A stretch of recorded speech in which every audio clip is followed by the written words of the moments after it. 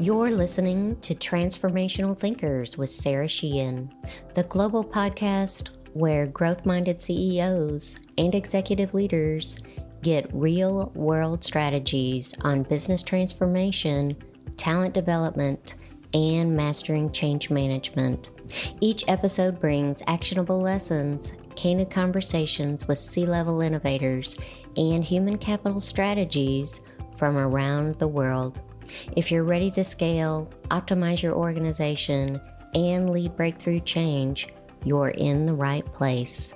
Let's unlock enterprise growth and success together. Transformational thinkers, get ready for an inspiring chat. On today's episode, I sit down with Eduardo Briceño. His TED Talks have more than 10 million views, and he's all about unlocking growth mindsets and breaking out of the performance rut. If you've ever felt stuck, always having to get it right, this conversation is totally for you. Let's dive in. His TED Talk, How to Get Better at the Things You Care About, and his talk, The Power of Belief, have been viewed more than 10 million times. His book, The Performance Paradox, Turning the Power of Mindset into Action, won multiple awards. His work has been featured in Harvard Business Review, Big Think, Business Insider, Entrepreneur, Fast Company, Forbes, Inc., Quartz, and many others. Earlier in his career, Eduardo was the co-founder and CEO of Mindset Works, the pioneer in growth mindset development services, which he started with Stanford professor Carol Dweck, and which he led for over a decade. Prior to that, he was a venture capital investor with the Sprout Group and served on several for-profit and nonprofit boards. Before that, he was an investment banking analyst with Credit Suisse. He is a Pahara Aspen Fellow, a member of the Aspen Institute's Global Leadership Network, and an inductee in the Happiness Hall of Fame. Originally from Caracas, Venezuela, Eduardo holds bachelor's degrees in economics and engineering from the University of Pennsylvania, as well as an MBA and an MA in education from Stanford University. Most importantly, he continues to enjoy lifelong learning every day. Eduardo, welcome to the show. Thank you, Sarah. It's great to be here with you. I am thrilled to have time with you and to be able to explore this fascinating conversation. So, Eduardo, you describe a performance paradox where an intense focus on performing actually leads to stagnation rather than improvement. Can you share a personal, professional, or a client story that illustrates this paradox in real life and what finally helped you break free from it? Absolutely. And it's great to be here with you, Sarah. Thank you for having me. Yeah, for me, one chapter in my career where I got stuck in chronic performance and, trapped by the performance paradox was when I was working in venture capital. I was in a large venture capital firm. This was in the late 90s and early 2000s. We managed over $3 billion of capital. So one of the largest venture capital firms in the world. And I was the youngest person there. So most of the people I was working with were decades older than me and much more wise and knowledgeable and experienced. And yet the way that I showed up to our meetings was as a knower. I saw everybody around me knowing so much and being so insightful. When we had entrepreneurs presenting to us their idea for how they wanted to change the world, everybody around the table had strong opinions about whether it was the product or the market or competition. And somehow I acted in the same way. I was like, yeah, this is what I think. And I was kind of sure of myself, right? Like a lot of the people that I saw around me. And so I was acting as a know-it-all. And what I was trying to do is trying to perform as best as I could, to Of do the course. job as best as I Of could, course. try to minimize mistakes, be as confident, in what I thought confidence was. And that's, what I call chronic performance, is just only worrying about doing the job as best as you know how right now, trying to minimize mistakes, trying to be as flawless as possible. Hmm. And the problem with that is that we're not learning, right? We're not, Right. asking questions, we're not experimenting, we're not exposing what we're unsure about and asking other people for their ideas and for feedback and experimenting and seeing what works and what doesn't work. And those are behaviors that are different from performing. And so, to understand this really clearly, we can look at people who are fantastically skilled, just objectively world class in what they do, Hmm. like Olympic athletes, right? Or like, Right. world class performers like Beyonce. And what we see them, when we see them, they are performing, they're on stage, they're doing the things that they Hmm. already learned how to do really well. And what we don't see is what we do off stage. And what sometimes we have on our mind Hmm. is that the reason they're so good at what we see is that they spend a lot of time doing that thing. But actually, Right. that's not true. The reason they're so good at what they do is that they spend 10,000 hours doing something very different from what we see on stage. When they are behind the curtains, they are trying Practice. new Hmm. strategies, they're experimenting, they're soliciting feedback. And those are very different behaviors than what we see them when they're performing. And so, what I realize now, even a lot of kind of leaders and entrepreneurs, and certainly myself, we were so focused on execution and performance that it led to stagnation because we weren't Hmm. being deliberate enough on how to integrate that. That is really, performance is really important, but we need to also integrate it with learning behaviors and structures, which look very different than performance behaviors and structures. Hmm. That's incredibly helpful. In your book, you distinguish between the learning zone and performance zone that you were just talking through. Can you share with us how our listeners can identify what zone they're operating in right now and what practical steps they can take if they realize they're stuck in that chronic performance mode? Absolutely. So, one key question that people can ask themselves is, what is my goal on a daily basis? What am I trying to do? Hmm. Am I trying to just deliver as best as I know how right now, just to like maximize my results right now and today in terms of my outcomes? Or am I trying to do that, but also in a way that's going to lead to new insights and new strategies and improvement? I want to have both of those goals and be conscious of both of those goals on a daily basis. So if we only have one goal in mind, then we're just in the performance zone and stuck Hmm. in chronic performance. So in terms of behaviors, we need to be first like clear about what is it that I'm trying to improve? What skills am I trying to get better at? And how am I going about that?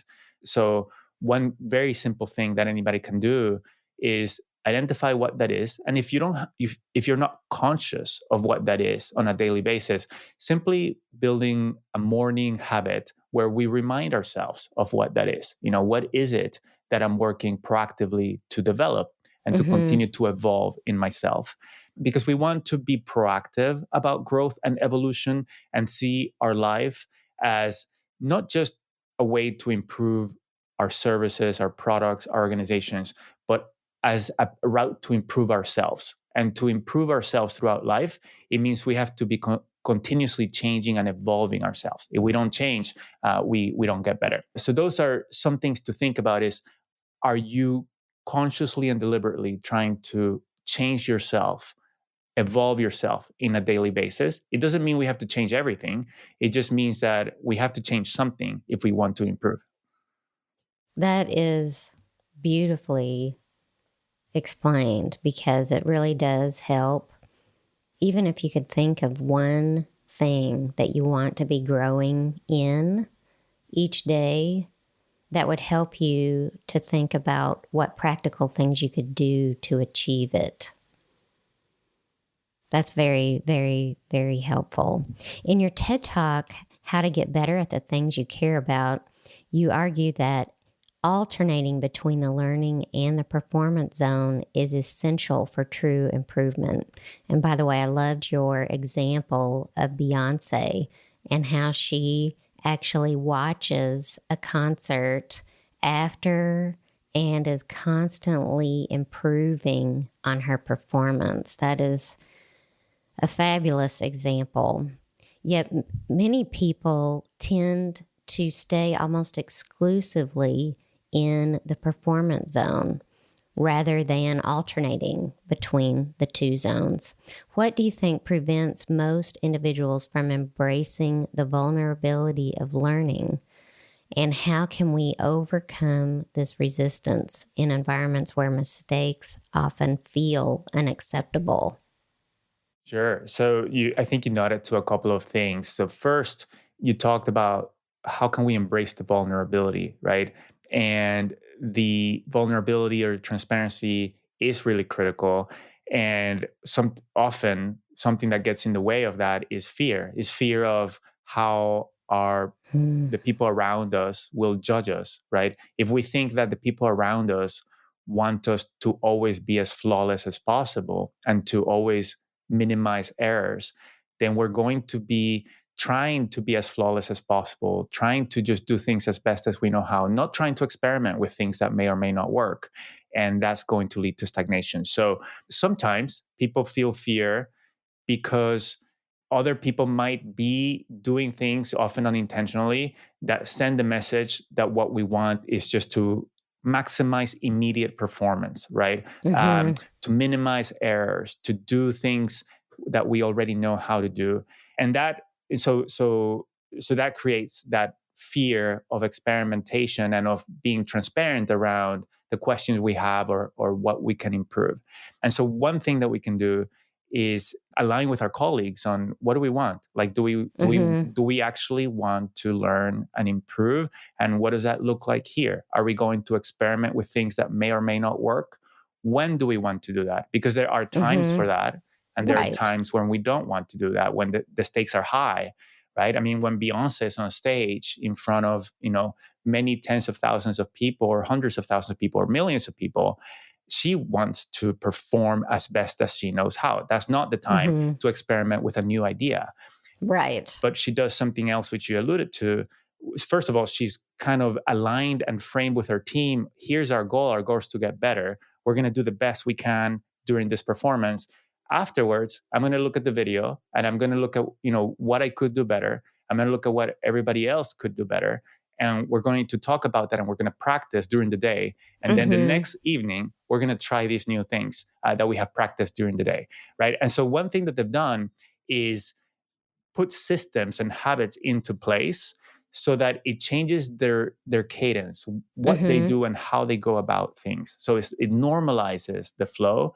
And what that does is that it's not relying on willpower. It's not like she's just Mm-hmm. training her colleagues to say, we need to be learners. And then it's everybody on their own to try to do that as best as possible. Rather, they have structured their days, for when they do what.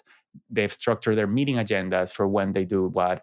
They've structured the way they kind of share feedback with each other. So it is part of their normal cadence, right? And so that's something that Mm-hmm. we can do in our organizations and in our work, is think about how we structure our days, our calendar, how we structure Mm-hmm. our meetings with our colleagues. Are there only performance zone topics that we talk about, or are there also learning zone topics? Do we learn from our customers, the people that we serve? What are the ways that we solicit feedback on a regular basis? How do we process that feedback? So Mm-hmm. those are all about normalizing the ways of working so that they incorporate both learning zone and performance zone. Mm-hmm. One follow-up question there on the learning zone. Do you see clients create time where it's actually they agree to create a safe place to experiment? Maybe it's once a month or once a week. There are definitely clients that do that. Like, for example, and I think it depends on like the role. what the learning zone look like Mm-hmm. depends on the organization, on the role, on what you're trying to do. So each person and team and organization needs to figure out what this looks like for them. Sure. But an example can be, Clear Choice Dental Systems is a organization that does dental implants for Yes. people who need a lot of work on their teeth. And one of the things that they do is they have kind of simulation rooms where they role play with each other and That's great. as a sales team, and they give each other feedback. So that's a dedicated learning zone time where Perfect. where they work on the skills they want to work on and they get feedback to each other. Another structure example that is more integrated into performance is that they have video cameras in all of their consultation rooms, and with patient Mm. approval, they record the actual conversation with patients. And then in between consultations, the professional can look at the section of the video that has the conversation they were trying to work on. And so they can see themselves That's working great. with actual patients. If they want to, they can share that video with a Mm-hmm. colleague to get feedback. So those are all structures and tools that support the learning zone, not just the performance zone. Those are great examples. And by the way, anytime that you can watch or listen to yourself, you're definitely going to be learning. Yes, and also cringing often, but also learning. Yes. Definitely, definitely learning. Many organizations preach the value of continuous improvement and a growth mindset, but struggle to create an authentic culture of learning. What are the most common mistakes that leaders make, and what actionable advice would you give for fostering genuine learning within a team or company? So for genuine learning, I would say something that's really, really important is for the top leadership of the organization to really connect with this personally. If the top leadership of the organization is not really enthusiastic and feels that this is really, really critical, it's going Hmm. to be really hard to do it genuinely, right? And so, For and you sure. really, as a leader, you want to lead your organization to have a culture that you think is really powerful and important, right? So Hmm. if you don't think that this is important, then it's going to be hard for you to send those messages, to model things so that you are portraying yourself as a learner, as a work in Hmm. progress, as you might be a fantastic performer, but you're always continuing to learn, to solicit feedback, to share your mistakes, to share what you're learning along the way. And when you're modeling those behaviors and making that explicit of here's what I'm doing and why, then that's what that inspires everybody else and teaches everybody else on what we're trying to build here, how we want to evolve Hmm. the culture. And that needs to come from a genuine place because it's really hard to fake that, right? It's very hard to fake Yeah. it. So some other kind of hiccups that I see in organizations when they try to do this is sometimes they try to only inspire and teach, right? And not offer enough like practical strategies and supports Hmm. and kind of change systems along the way, or vice versa. Some organizations only focus on how, here's what we need to be doing and how we do it, without Hmm. helping people change their mental models and get really excited about why that's important, not only for the organization and their success, yes, but also like personally for why this Hmm. is going to be a better way of living and working with each other. Because when we become lifelong learners, it's a much richer and more fulfilling life. We are It really exploring a is. lot more. We are, discovering, and we're also discovering about each other more, and and therefore developing deeper relationship with each other and better ways of working together and collaborating. So there's a lot of benefits to it, and we need to both kind of help people understand that, inspire, connect to it, then also like focus practical strategies and structures and model as top leaders explicitly and visibly all those behaviors that we want everybody else to be engaging in as well. I think it would be really powerful if every company that I've ever worked for in the past, large companies, if they really implemented a structure around performance zone and learning zone, because I feel like the large consulting firms that I worked with were really focused on that performance zone more. And there wasn't enough structure around creating a learning zone.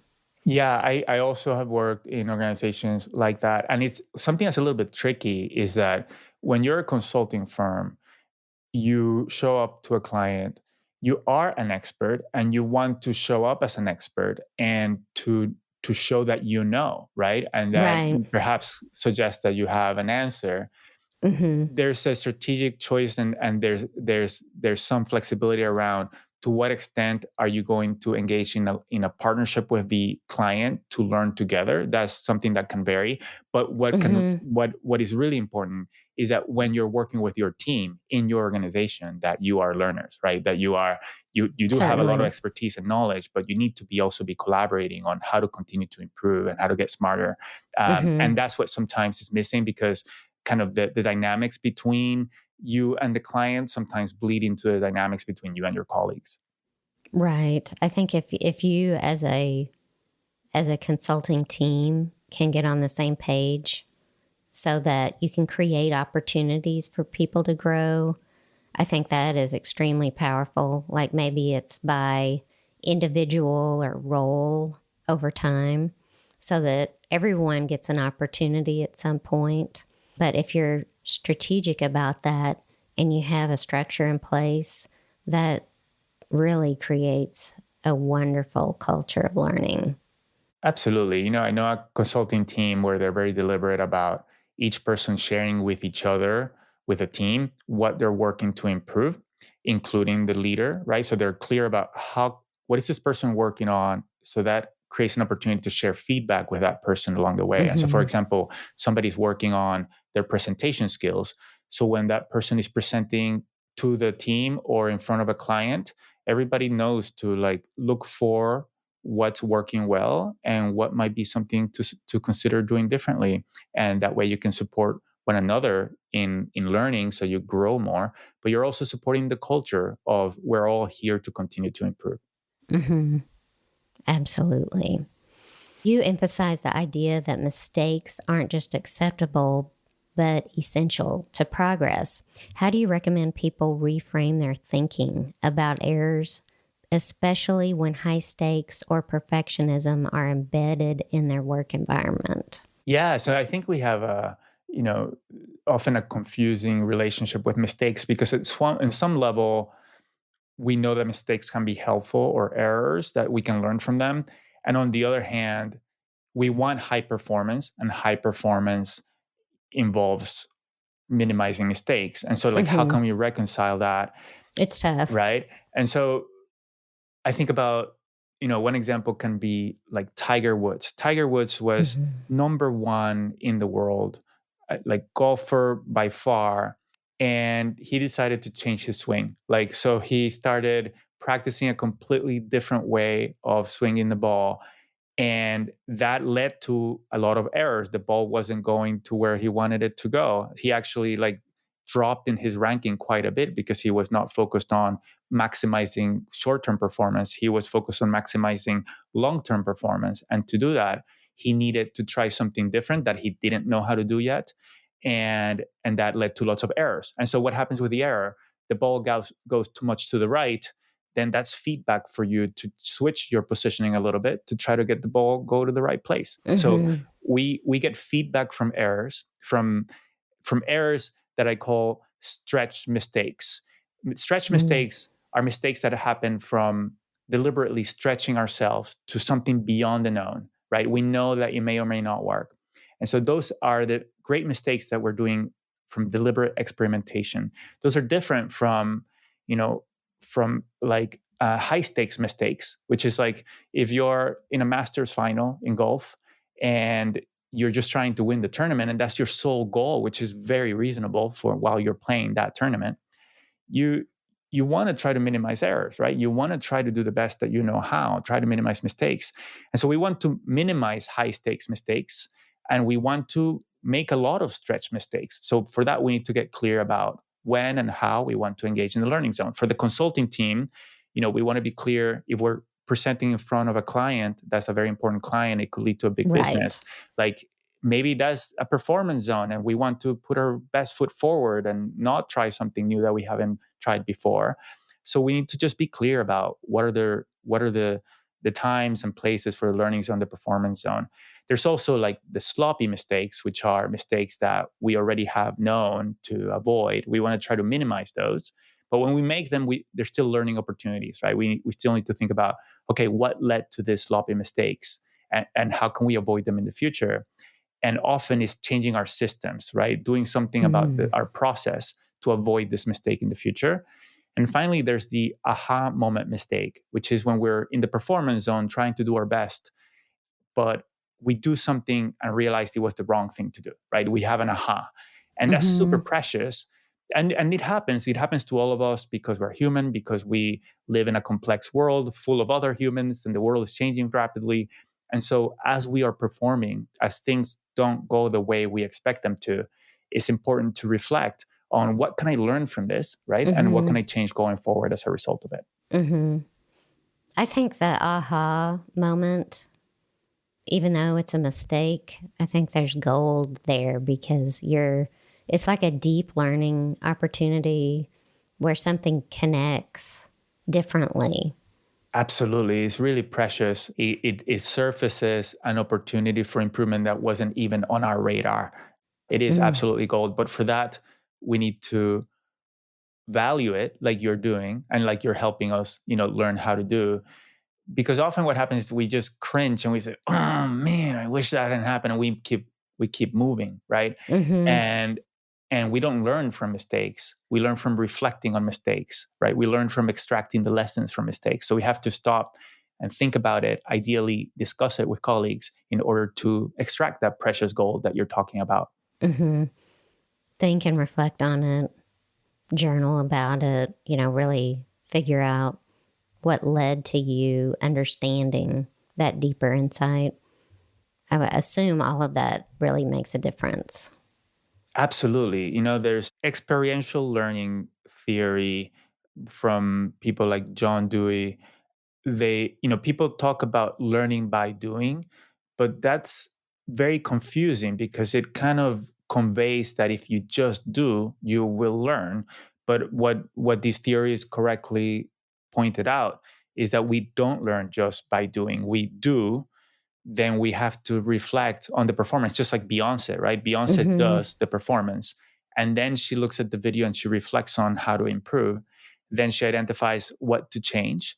She Yeah. tries something different, which means, doing again and then reflecting again. So it's a cycle. And if you just do, you don't extract that gold that you talk about. Mm-hmm. Right. That's why listening to yourself or watching yourself is so valuable. Yeah. So I agree. So we can learn while doing, but it doesn't involve just doing. It involves doing other, like performing and doing, but also doing things deliberately to extract those lessons. Mm-hmm. Your book suggests that learning and performing are not opposing forces, but can and should be integrated. What is one habit or ritual from your own routine that consistently helps turn mindset into action? And how can listeners adapt it for their own growth journeys? Absolutely. So for me personally, I have obviously lots of systems and habits. I've talked about some of them, which is one is in the morning, like generating, reminding myself of what I'm working to improve. That's one. Mm-hmm. Another is anytime I do like a keynote or a workshop, then afterwards thinking about what went well, what did I learn, what will I do differently next time. Another is, and this is really powerful for teams, I think the number one learning zone strategy in the workplace is feedback, whether it's feedback Mm-hmm. from our customers, feedback from our colleagues. And so having regular meetings that are deliberate about sharing with each other what's working well in the way we're working together and what might be opportunities for improvement, right? And just sharing that feedback with each other and identifying at least kind of one thing that we're going to be working on together to improve Mm-hmm. our teamwork and collaboration. That I would say is probably the number one, strategy is to do the learning structures for a learning zone in collaboration with others. That feedback discussion can be comfortable or uncomfortable in many situations. Well, for me, I used to be really uncomfortable with feedback, right? I mean, I would act defensively big time when I received feedback. And so, and it's kind of, it's in the water, right? Of like what feedback is. I didn't learn in school kind of what feedback is, how to Mhm. think about it, how to engage in it. And so it involves, for a lot of us, changing our mental models about what feedback is or what the workplace is about. What are we supposed to be doing together? Because Mhm. I didn't have in my mind that part of what we are supposed to be doing together is supporting each other in our own evolution, right? Supporting each other in our own continuous change, in discovering more about our blind spots, about what we're doing that helps or doesn't help the team, Mhm. and how we can better support others. And so that involves explicit conversations as a team to get on the same page around what these things are, what feedback is. Feedback to me, and I didn't know this to begin with, is information, right, that I get from other people about the effect that I'm having on them. And Mhm. that information is always helpful. It's not always easy for them to give to me, right? Because they don't know if I'm going to react defensively, and they might fear that I'm going to feel bad or that I'm not going to like them. And so Mhm. when they share that feedback with me, they really are giving me a gift, something that might feel uncomfortable to them. And it is information that is in their mind, that would be in their mind whether or not they share it with me. And they're giving me the gift of exposing what is in their mind about my Mhm. effect on them. And that's Right. always useful to me, whether Mhm. I agree or disagree with it, which is not something for me to judge in the moment. what when I'm listening to the feedback, I need to just listen to understand and ask follow-up questions to better understand, right? And then let Right. pause for me to really digest that and get feedback from other people, and then bring it all together and think about, how do I want to take action? What is my next step in my own growth? Mhm. And so that involves really thinking about, yeah, I mean, and often as we change our mental models over time, it's still going to feel uncomfortable for a long time because we Sure. still have those wirings. The brain takes a long time to rewire sometimes, unless we go Mhm. through very emotional experiences. And Hmm. when we receive feedback, so therefore we might still feel uncomfortable, we might still feel defensive, because emotions work faster than cognition. So what we need to do is to pause, right, Mhm. to breathe deeply, and that gives us a little bit of time to have our cognition kick in. And so having thought about, how do I want to approach feedback, what do I want to do when I'm receiving feedback? Okay, I want to pause and ask follow-up questions and thank the person for what they're doing. Then that allows me to engage in those behaviors even if it feels uncomfortable. But to do that, Mhm. we need to pause and slow down, because emotions are faster than cognition. That's very insightful. I think if you can create a safe place for the conversation, whether it's through having deeper trust or more transparency with team members, I think it can help the conversation be a little bit less charged, emotionally charged. I agree completely with you, Sarah. So that makes me think of the importance of modeling too. So if we want to, for people to listen to feedback, one approach is to encourage everybody to focus on soliciting feedback rather than giving feedback, Nice. and for the leader to model the way, right? So we need to Mhm. be soliciting feedback as leaders Mhm. to send the message that everybody can improve, and feedback is something that even Beyonce uses all the time, right? And to normalize it, to say this is what's valued here, and this is Mhm. what's going to enable us to win as a team, and for people to succeed and be successful in this organization. That's excellent. One of the things that I might do in a situation like that might be to start the conversation with, I noticed that I did two or three things in that meeting that I would like to improve. And here they are, and I'd love to hear what you have to add to that I to love try to that. generate a little bit more of a conversation so that if it's one-on-one and the other person is very unsure of how the conversation's going to go, it gives them an on-ramp to engage in the conversation in a way that's safer. I love that. Yeah, I mean, when you say that, it makes me really feel that you want feedback, that you're reflecting, and you're also helping me guide me on what you want feedback on, right? There Mm, might be things that you are working on, things that you want feedback on in particular, and that makes it very easy, much easier for me to engage in that conversation. Sometimes people still are uncomfortable with feedback and might say, no, that really went great, like, everything was perfect. And so I find asking follow-up questions, okay, I'm glad that it went well, like that's good information to know. And is there like one thing that I could consider doing differently, right? It's like pushing them a little mm-hmm. bit more Right. on, this is really what I want. and Mm-hmm. and by the way, the strengths and what's working well, that's also really useful information for sure. For sure. For sure. Eduardo, you've led organizations through significant transitions as an executive and advisor. Can you share a pivotal moment in your professional journey or possibly a client story that shaped your leadership philosophy and how it influenced the work that you're doing today? Sure. Well, one example is when I started Mindset Works. I co-founded it with Stanford professor Carol Dweck and another colleague of ours, Lisa Blackwell.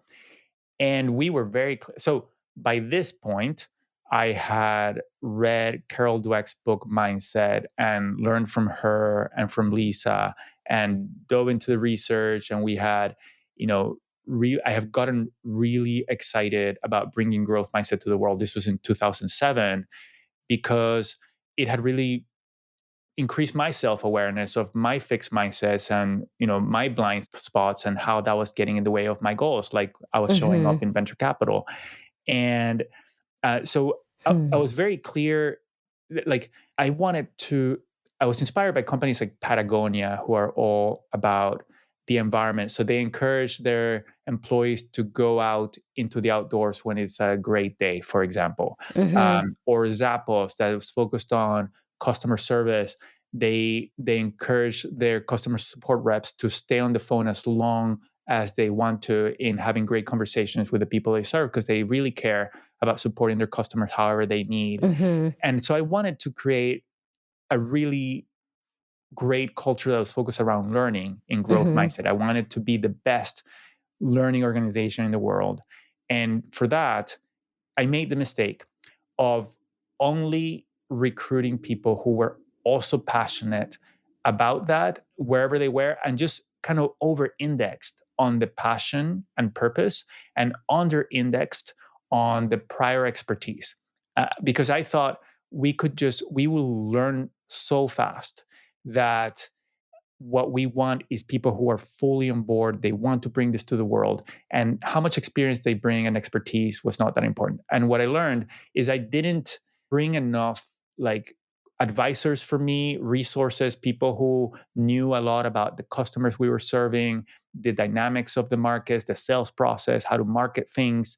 And we could have learned a lot faster by not trying to reinvent the wheel around everything, and rather bringing expertise, but also obviously continuing to focus on continuing to always get better. And I think Mm. that blend of having great expertise, but great expertise on people who are continuing to improve, is something that has really informed the way I lead and the way I guide my customers. That's fascinating. And so what you're saying in that is essentially you understand that certain aspects of a company you might need an expert in that area. Like let's say an expert in process improvement and manufacturing. Yes. But for that area, you can still, with the expert, introduce the concepts of performance zone and learning zone and work with the client team on what their goals and objectives should be. Is that how, Yes, I would is build that on what you're going that for? and say that. And what is an expert? An expert is someone who knows a ton, maybe the most in the world about something, Mm-hmm. but they're always continuing to improve and to develop their expertise. Nobody knows everything, even about just one thing. And if Right. you look at the people who have the greatest expertise in the world about whatever it is, they have developed that expertise from habituating their learning zone throughout their lives, and they continue to do that, right? So you can see an expert in, whether it's in the athletics or performance arts or any kind of cognitive domain, chess, whatever it is. Yes, they are experts, they know a ton, but they're always continuing to push themselves beyond and to Mm-hmm. deliberately engage in the learning zone to continue to develop that expertise. And so what the issue with starting with novices who are going to be great learners is that learning takes time. Mm-hmm. Learning It takes definitely does. time. And so ideally you want people who have learned a ton and bring a lot of knowledge and expertise, but it's really important for them to not act like know-it-alls, right? To Right. understand that they're always going to show up as continuous learners and works in Mm-hmm. progress, because otherwise there's all kinds of, you don't make it safe for others to engage in learning. That's right. They're going to stagnate. They're not going to continue to build their expertise. The world is always changing and it is complex. And so we want both of those elements. Mm-hmm. Does that land? Does that make sense? Yes, absolutely. And on top of it, just the picture, the mental picture of being able to switch between performance and learning and working as a team so that we're helping each other understand the best opportunities to use as a learning opportunity, when it's appropriate, that kind Absolutely. of Yeah. thing. Yeah, and when we're together, it's always fine to be in the learning zone, right? And if we see an opportunity for improvement, to voice that, because nobody is flawless. We can all continue to improve. But sometimes, especially when we're in high stakes situations, we're in front of clients, we might want to focus on what we have already seen work rather than experiment with something that might go wrong. That's a Hmm. decision for us and the team to make. For certain. Eduardo, your research in thought leadership and mindset and performance are extremely well regarded academically. What academic achievement or project are you most proud of? And how did it contribute to your insights in the performance paradox? I'm super proud of the shifts in culture in organizations that are really building learning cultures. And I'm super proud that I think this is a movement. Like I think that Mm-hmm. there's so much more interest and application in so many more organizations today than there was in 2007 to deliberately build learning cultures. And it is something that I feel I've been part of, and always in partnership with the people that we work with, because this is not something you can outsource to, like, a third party. Like the Correct. leaders, the top leaders need to own this, and it needs to be a partnership. And I'm just really proud that this really is, I think, a shift in society that is a very positive shift that is not only leading to the greater performance of organizations, the impact of organizations, but also to better workplaces and better experiences of the people working in these organizations. The other thing that I'm super proud of is I grew up as somebody who was very unhappy and often depressed. And I have changed myself to be like a really happy person. And That's powerful. that is that is the most significant change for me, right? Because it has changed my whole experience of life. It has involved learning and change and deliberate effort. And it just exemplifies to me that we can evolve into the people we want to become. And when we are working at that, we're a lot more effective at leading our organizations to cultures of learning and growth. Mm-hmm. Being a happy person is priceless. It is, and it emanates from within. I really have learned that and worked at it. That's incredible. And so, Eduardo, is there anything else that you would like to share? I just want to thank you for all your change management leadership and the work that you do to support tons of organizations. So great to connect with you. What would you like to share about that and how it connects to the work with the conversation we've had today? The conversation that we've had today is just incredibly, it's touching and moving for me because there's so much value that you have to bring to client organizations. And I would love to have a project that I could bring you in on because I know that if you're focusing on creating a true learning culture, that the organization will evolve positively. I cannot imagine a organization, no matter the size, that is working on creating a learning culture where it doesn't work out positively. Yeah, there really is so much, and the process is so fulfilling. So thank you for your work Mm-hmm. in that. I know you're a big Excellent. champion of learning organizations. Absolutely. I very much look forward to staying in touch with you and supporting you as well. Thank you. Ditto. Looking forward to that, Sarah. Excellent. How can our listeners find you, Eduardo? Well, I'm active on LinkedIn, and my website is briceño.com, my last name, Briceno. And on my website, there's a PDF that people can download if they would like to on 5 strategies to build a growth mindset. There's also a monthly newsletter. If people want to continue learning about growth mindset and the learning zone, they can subscribe to my monthly newsletter if they're interested. Wonderful. I can't thank you enough for your time today. Thank you, Sarah. Thank you for all you do. So, how do I manage transformation? Based on Eduardo Briceño's insights in our conversation today, managing transformation effectively means creating a true culture of learning, both as an individual and as an organization. Let's thrive together. Here's how to approach it. 1. Balance performance and learning. Don't get stuck only trying to perform. Carve out intentional time and space for learning, experimenting, and reflecting on what works and what doesn't. 2. Normalize mistakes. Redefine your relationship with mistakes. They are essential for growth.